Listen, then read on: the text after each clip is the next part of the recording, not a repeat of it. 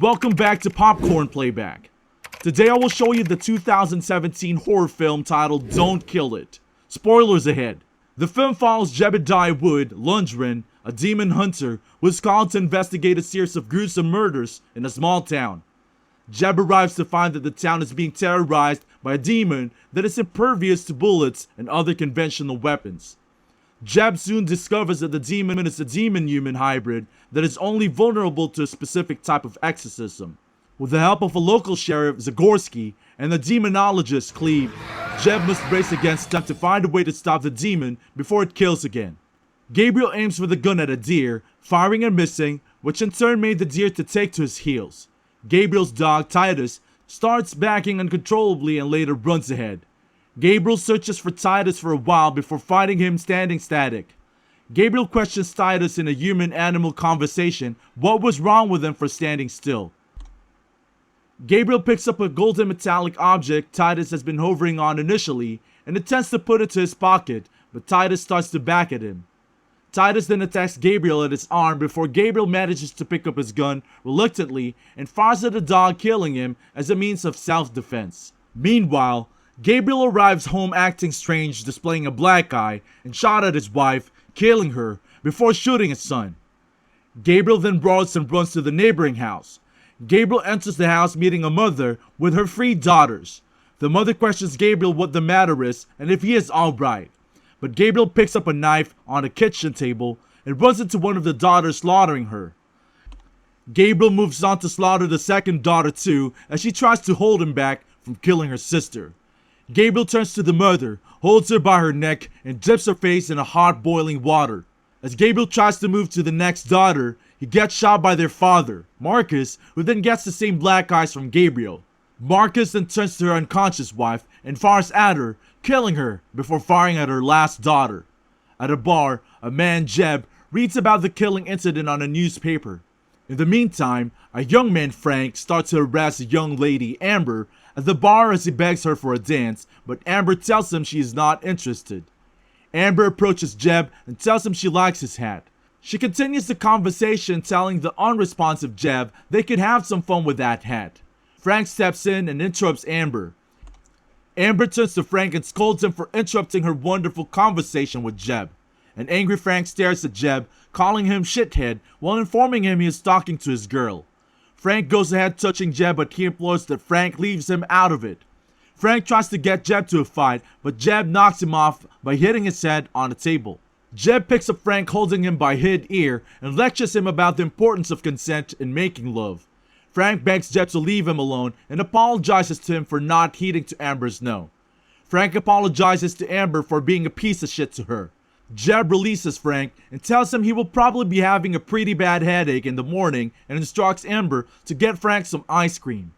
Amber questions if he would like to get out from the bar, and Jeb responds they should go and ask if she has a place around. Amber answers it's just about 6 blocks down the road. Jeb arrives at Amber's room and they both made love with each other, but Jeb wakes up the next morning thinking she made love with a demon. Meanwhile, Amber wakes up and quizzes Jeb on what is the matter. He can't decide and he replies he figures out one of his chain got to have something to it. Amber proceeds to ask if Jeb was from around, and Jeb replies he is lately, but Amber cuts in that she hasn't seen him at the bar before. Jeb responds he stays to himself mostly, but he does venture out and every now and then. Amber informs he will be paying $100 for the night, although she charges $150, but she really do like the hat. Jeb responds he didn't think he recalls entering any sort of agreement last night. Amber quizzes him if he thinks a girl that looks like her will be in a shithole bar like that and not for a paycheck. Jeb commands Amber to be quiet as he listens to the news on the radio that another murder has occurred in the town of Chicory Creek, resulting to 3 tribe homicides in the town within the last week alone. Jeb walks away from the radio towards the door and takes his hat off Amber's head.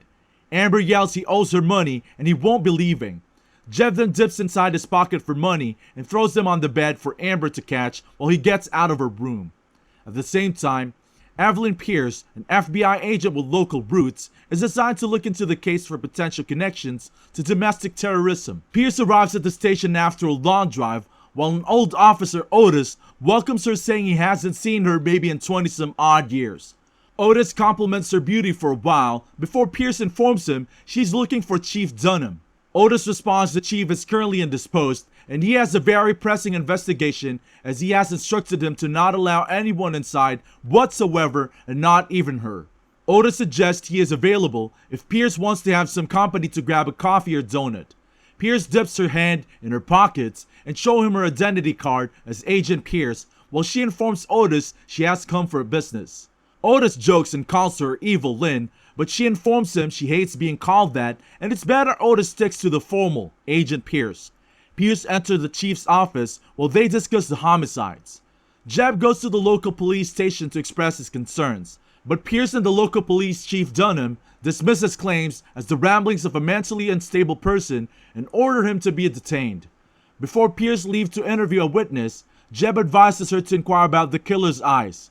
During the interview, Pierce discovers that the witness' husbands have black eyes before going on a murderous rampage, confirming Jeb's assertions. Eventually, Pierce and Dunham release Jeb from the police station. At a nearby cafe, Jeb explains to them that the demon takes control of the body of whoever kills its previous host. He reveals that the only way to defeat the demon is by killing the host while ensuring one's own death. Jeb's father had captured the demon when Jeb was a child and poisoned himself before killing the host. Jeb held onto the demon for many years before it managed to escape. After gathering weapons and ammunition, Jeb and Pierce's investigation leads them to a cabin in the woods. Mistakenly, they apprehended a drunkard living in the cabin who claims to have shot the demon in the stomach. The drunkard mentions that his friend Glenn executed the demon's host and fled into the woods. Jeb and Pierce tracks down the demon through the woods, but instead of killing her, it attacks Pierce. The demon displays an interest in Pierce and attempts to persuade her to kill it by showing her terrifying visions of a future apocalypse. Jeb tries to subdue the demon, but it manages to escape. Later, Pierce reveals to Jeb that she drowned in her garden pool as a child, but was inexplicably revived, resulting in her family being persecuted and forced to leave town. Dunham arranges a late-night gathering to alert the townspeople about the imminent danger. However, the demon disrupts the meeting and mercilessly slaughters the attendees, swiftly changing bodies before Jeb can intervene. It escapes to a nearby house and manipulates a young girl into murdering its host, taking control of her body. Dunham flees the town while Jeb seeks refuge in a church where the local pastor, Erickson, accuses Jeb and Pierce of being evil. In response, Jeb punches Erickson and leaves to reunite with Pierce. Amidst the chaos, they come across Emmett, the father of the possessed girl, pleading for their assistance. Jeb and Pierce go to Emmett's house, where they discover his daughters locked in a room. Jeb convinces Emmett to poison himself and put an end to the demon's influence. However, unbeknownst to them, Pierce secretly contacts the FBI, who raid the house before Emmett can carry out the act. Emmett dies, and Jeb is apprehended by the chief agent Deacon Shepard for poisoning Emmett. The possessed girl massacres the FBI agents, except for Shepard, who gravely injures the demon before it escapes. As the demon flees deeper into the woods, its current host perishes, and it possessed Shepard, aware that he had previously inflicted mortal wounds upon it. The demon provokes Pierce into killing it once more. Jeb risks his life to capture the demon and prepare to poison himself to eradicate it, following in his father's footsteps.